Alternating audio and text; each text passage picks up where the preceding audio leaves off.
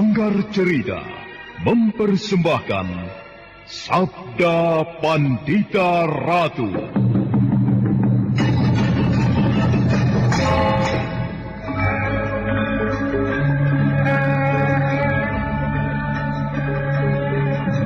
Bagaimana, Paman? Salahkah dugaanku? Jangan kau asal tuduh bocah kecil. Apa dasarmu mengatakan aku seorang perampok? Pakaianmu sangat bagus. Kelihatannya terbuat dari lurik yang dikerjakan dengan teliti. Kemudian batiknya juga bagus. Kau juga menggunakan sebuah timang yang pasti terbuat dari emas. Aku yakin tidak masuk akal jika seorang petani kecil hanya dengan sepetak sawah bisa membeli benda semahal itu. Kecuali jika kau merampok.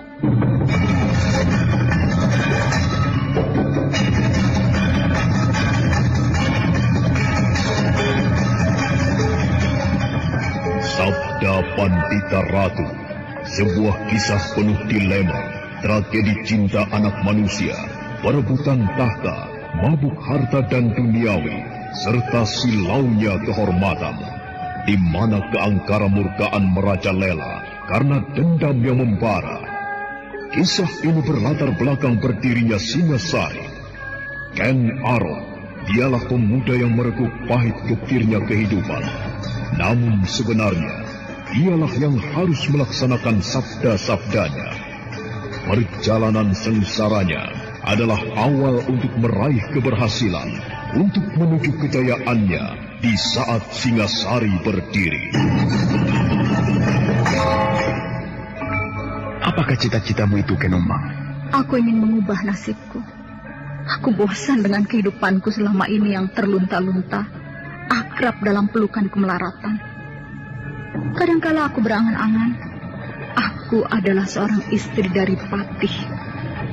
Bahkan lebih gila lagi, aku berangan-angan, andai kata aku adalah seorang permaisuri, maka akan terhapus semua masa silamku, terhapus lenyap, tidak bersisa semua kenangan buruk yang kumiliki. Itulah cita-citaku, Kakang Ken Arok. Bagaimana dengan kau, Kakang? Aku ingin menjadi seorang raja.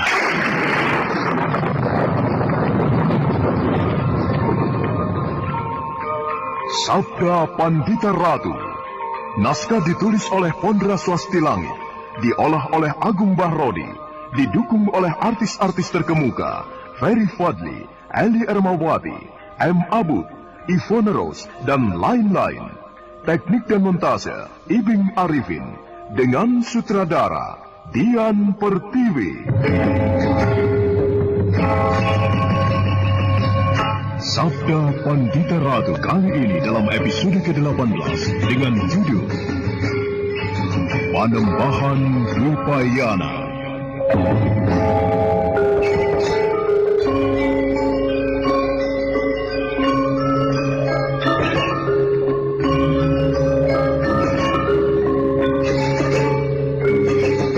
Dalam seri ke-539 ini, dengan para pemain, Norman sebagai Badrawati, Wenda Lubis sebagai Lare Angon, Hari Akik sebagai Putut Gajah Wengker, Susi sebagai Emban Matesi, Aris sebagai Ladram Prawoto, Suryadin sebagai Gesing Kanyoko, dan Asli Suhastra, pengantar cerita.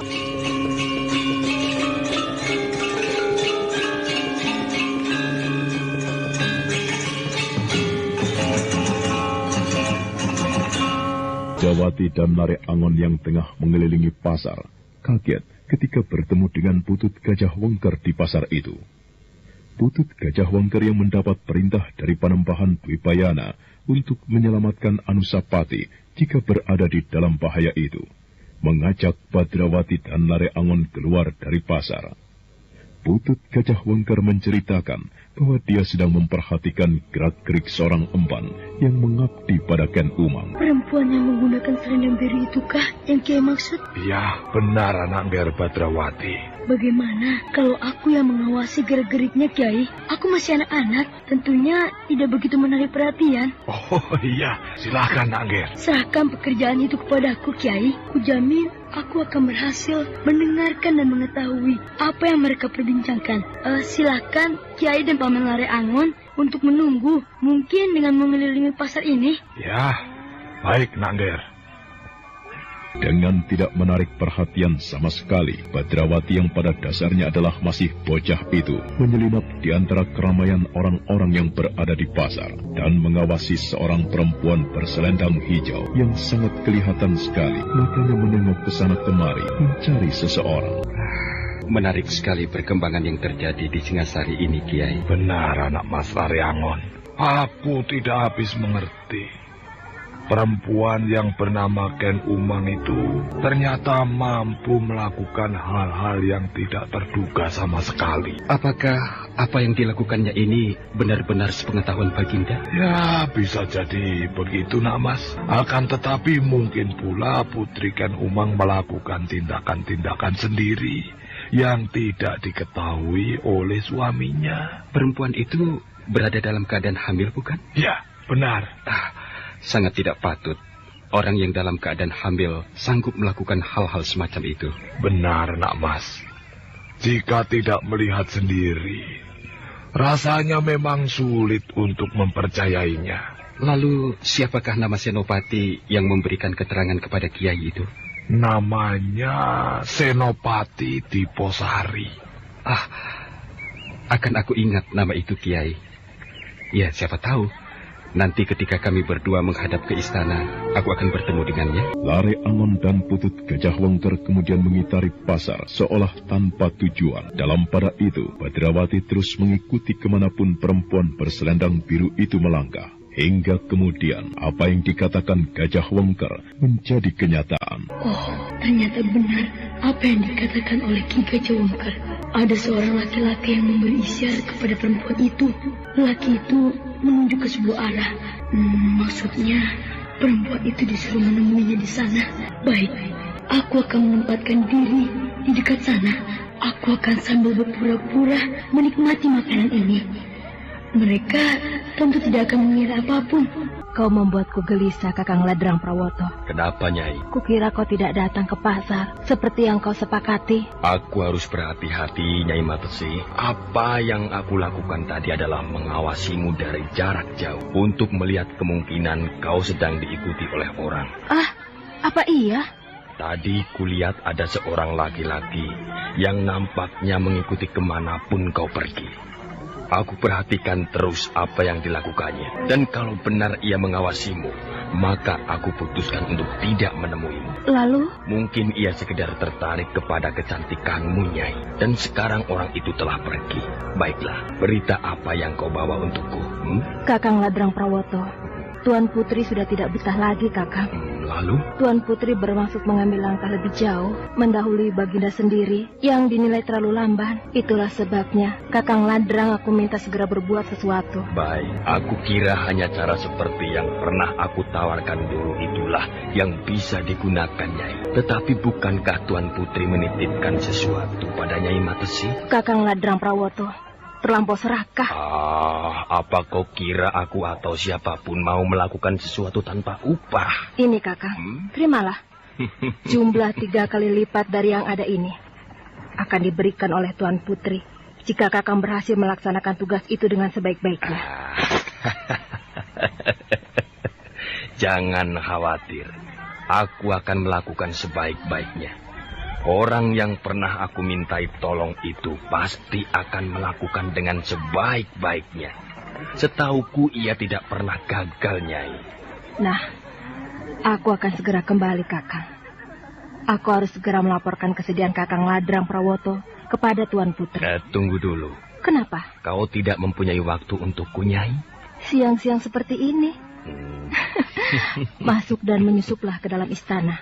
Kalau kau berani, aku akan melayani kehendakmu. Aku tidak berani jika prajurit-prajurit menangkapku karena aku nekat masuk ke dalam wilayah istanaku. Maka habislah aku. Sudah, kembalilah sana, Nyai. Jangan lupa, Besok kau harus menemui aku di pasar ini juga, Kakang Ladrang Prawoto. Iya. Kala dirasa telah selesai apa yang menjadi urusannya, empan yang bernama Matesih dan Ladrang Prawoto itu kemudian berpisah. Badrawati bergegas mengikuti orang yang bernama Ladrang Prawoto. Apa yang akan diperbuatnya? Ladrang Prawoto itu masih menjadi teka-teki. Belum jelas. Agar aku mengetahui apa yang dilakukannya, orang itu harus aku ikuti. Bagaimana anak Ger Badrawati?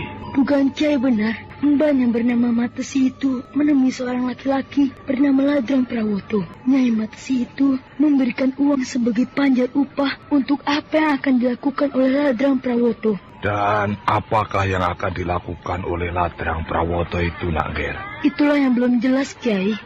Mereka tidak menyebut sama sekali. Mereka tidak menyebut nama istri kedua Baginda, kecuali hanya menyebut Tuan Putri begitu saja. Oh, bisa dipastikan Tuan Putri yang dimaksud itu adalah Ken Umang. Dan apa yang mereka rencanakan itu nampaknya tidak sepengetahuan Baginda, Kiai. Mereka menyebut-nyebut hal itu. Benar. Tuan Putri Ken Umang nampaknya merasa jengkel dan tidak telaten. Untuk itu, istri kedua Baginda itu mengambil tindakan sendiri. Yang perlu diketahui sekarang adalah apa sebenarnya yang akan dilakukan oleh orang yang bernama Ladrang itu. Benar, Paman. Dan nampaknya aku harus mengikuti orang itu. Mungkin rencana kita untuk menghadap Baginda harus berubah, Paman. Apa yang akan kau perbuat, Badrawati? Percayakan kepadaku. Aku akan mengikuti orang itu untuk melihat apa yang ia lakukan.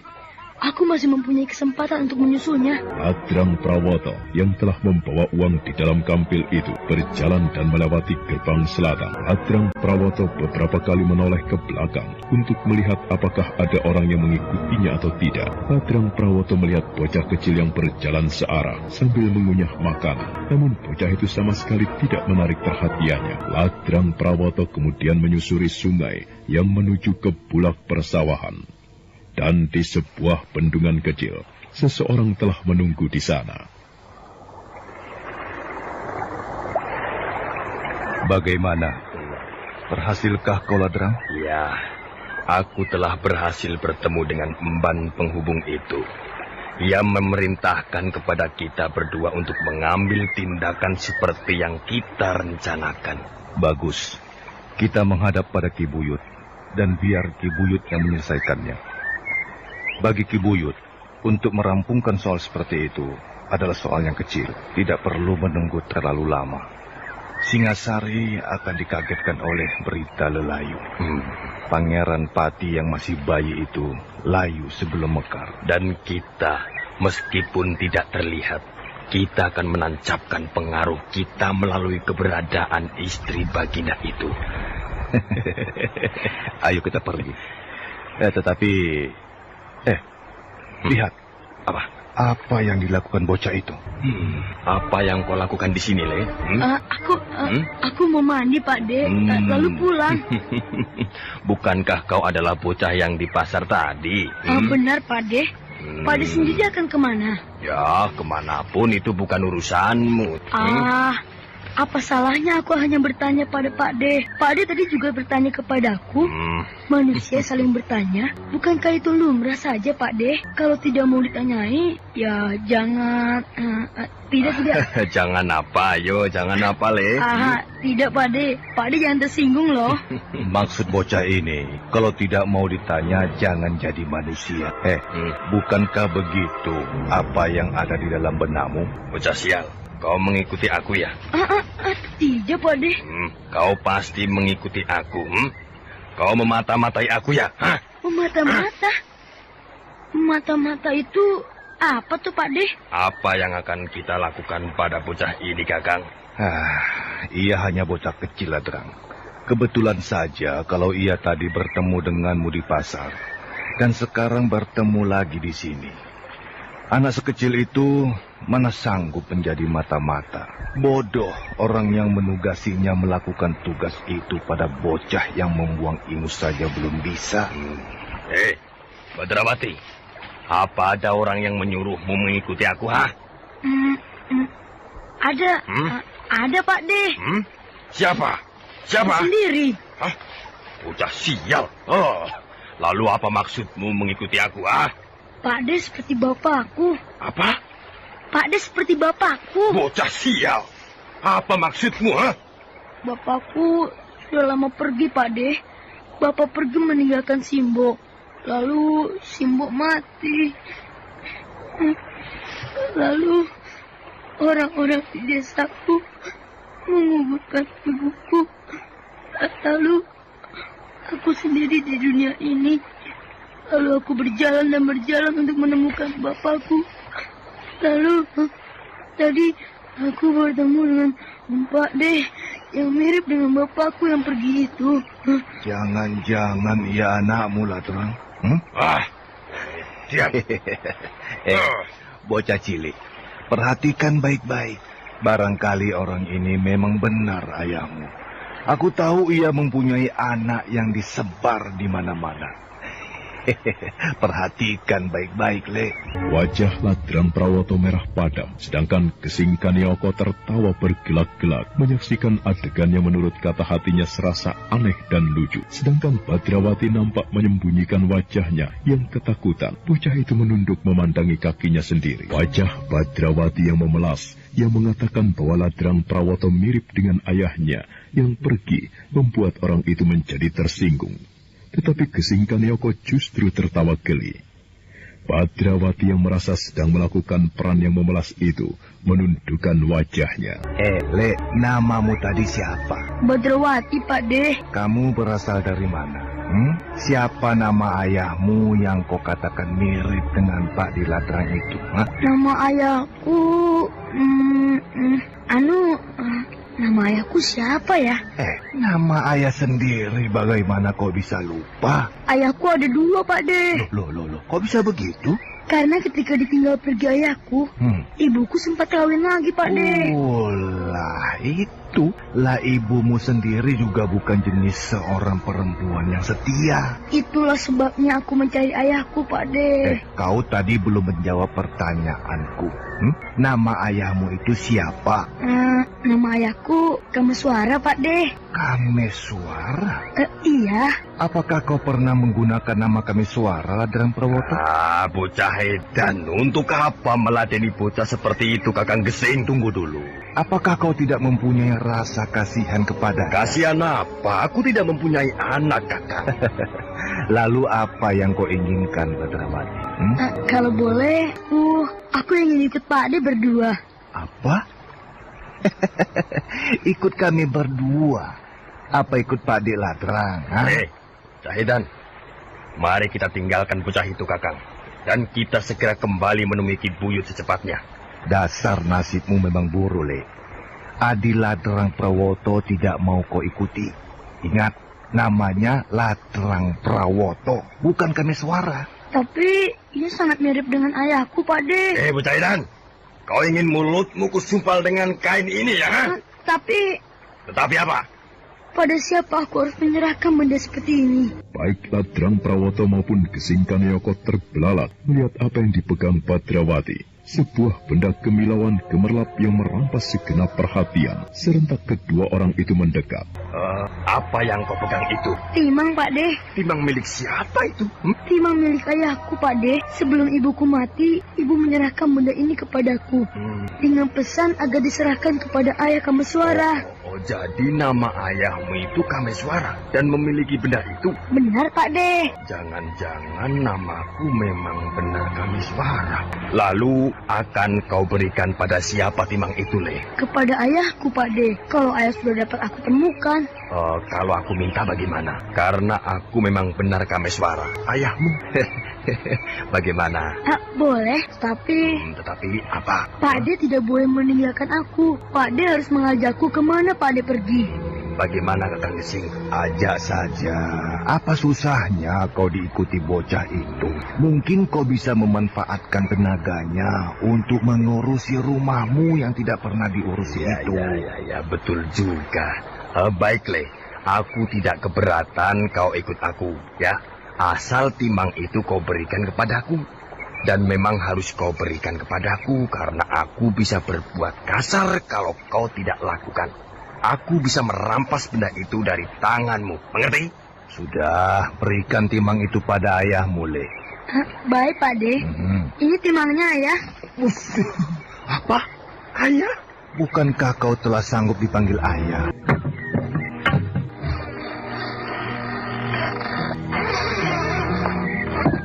Duduklah. Baik, Ki Buyut. Aku sudah melihat semuanya. Apa yang kalian lakukan telah aku ketahui dengan mata hatiku. Itu sebabnya. Ceritakan.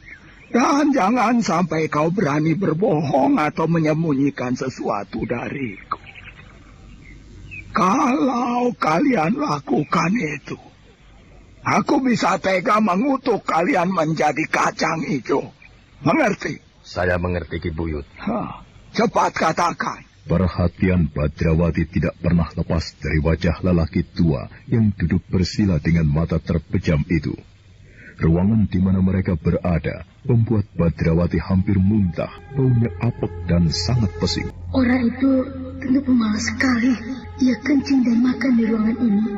Baunya sial. Maka demikianlah Ladrang Prawoto kemudian menceritakan apa yang telah dilakukannya. Badrawati sedikit mulai mengerti apa kira-kira yang akan dilakukan oleh orang yang bernama Buyut Raraton itu. Demikianlah, Ki Buyut. Tuan Putri Ken Umang meminta tolong kepada Ki Buyut untuk membunuh Pangeran Pati Anusapati dengan menggunakan cara yang Ki Buyut mampu melakukannya. Jadi aku harus membunuh Pangeran Pati Anusapati. Benar, Ki Buyut. Apa imbalannya untukku? Aku tahu kau telah membawa sesuatu untukku. Ayo, jangan coba-coba kau ingkar. Ini, Ki Buyut. Tetapi aku mohon kemurahan hati Ki Buyut untuk memberikan sebagian kepadaku. Juga kepada Kakang Gesing Kanioko. Baik. Tentu. Mana uangnya? Bagus. Aku sanggupi untuk melakukan tugas itu. Aku jamin bayi yang bernama Anusapati itu bakal mati. Tetapi aku mempunyai syarat. Kembalilah dan temui penghubungmu itu. Aku bisa melaksanakan tugas, tetapi aku membutuhkan barang selembar rambut calon korbanku. Atau kalau tidak ada rambut, kuku, atau kalau tidak ada ya sobekan pakaiannya. Nah, itu syaratku. Mengerti? Baik, Ki Buyut. Besok aku akan menemui penghubung itu lagi. Kau mau kemana? Aku takut, Pak De. Apa yang kau takutkan? Orang tadi, Pak De. Aku takut. Orang itu tidak melakukan apa-apa kepadamu, Badrawati. Tapi aku takut, Pak De. Lebih baik aku pergi saja. Berikan timang itu padaku, Pak De. Tidak bisa. Timang ini sudah menjadi milikku. Kalau kau mau pergi, ya pergi saja sana. Tetapi timang ini sudah menjadi hakku. Aku takut. Ya sudah, pergi sana kalau kau takut. Tanpa menunggu diperintahkan untuk yang kedua kalinya, Badrawati lari sifat kuping, membuat Ladrang Prawoto dan Gesing Kanioko terpingkal-pingkal. Syukur kalau ia pergi atas kemauannya sendiri, Kakang Gesing. Kasihan bocah itu. Ia harus kehilangan timangnya. Ya sudah, rezekiku, Kakang Gesing. Nampaknya timang itu harganya mahal sekali. Kalau aku jual, tentu cukup untuk membeli sebuah rumah. Bahkan ada kelebihannya untuk membeli sepasang kerbau atau sapi. Aku ingin melihat. Ini. Batu. Menjadi batu. Mana timang itu? Mana timangku? Mengapa menjadi batu, Kakang? Gila. Bocah sial itu tentu telah mencopetnya dari saku bajuku. Keparat. Kita kejar dia. Maka sia-sia sajalah Ladrang Prawoto dan Gesing Kanioko mengejar Badrawati. Bagaikan ditelan bumi, bocah itu lenyap tidak ketahuan di mana rimbanya. Yang terjadi kemudian adalah segala sumpah serapah yang berhamburan dari mulut Ladrang Prawoto yang merasa kehilangan timang yang tiada terhingga harganya. Saudara pendengar, untuk mengetahui jawabannya, ikutilah kelanjutan kisah ini dalam seri berikutnya. Sampai jumpa.